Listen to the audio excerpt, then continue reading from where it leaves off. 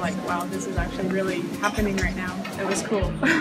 Well, in the beginning you talking about the growth of Yukon, how it's going to change compared to now to 2050.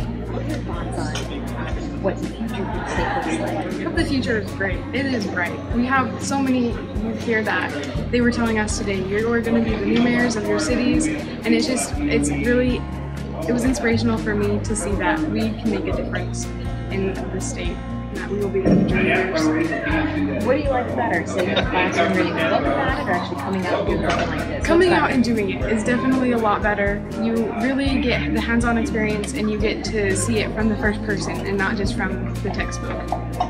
Okay, so we have heard about what do you want to talk about?